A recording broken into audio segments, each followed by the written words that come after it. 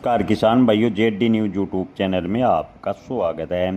किसान भाइयों, अब की बार लहसुन के उत्पादन की बात करें तो 35 से 40% लहसुन का उत्पादन कम होने का अग्रिम अनुमान लगाया गया है। कुछ एक मंडी व्यापारी व विशेषज्ञों का कहना है कि लहसुन का उत्पादन अब की बार 25% कम हुआ है, यानी अलग अलग लहसुन के उत्पादन पर रहा है। इन दिनों लहसुन के भाव की बात करें तो टॉप क्वालिटी के लहसुन के भाव में ठीक ठाक सुधार है। हालांकि मिडिल ईस्ट में भू राजनीतिक तनाव यानी उस युद्ध के कारण लहसुन का जो निर्यात है वो उस पर काफ़ी प्रतिकूल असर पड़ा है। ईरान और अन्य खाड़ी देशों में जो लहसुन की मांग है उसके बावजूद सप्लाई चेन बाधित हो रही है।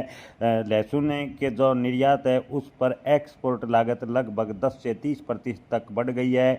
कई देशों में तो लहसुन के एक्सपोर्ट की लागत की बात करें तो 50% तक की बढ़ोतरी देखने को मिली है। ऐसे में लहसुन का निर्यात इन दिनों प्रभावित हो रहा है।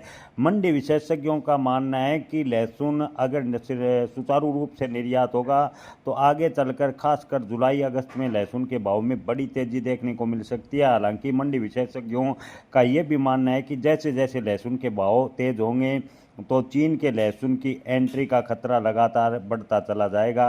या हालांकि अब की बार ये भी खबर है कि चीन में भी लहसुन के उत्पादन प्रभावित हुआ है।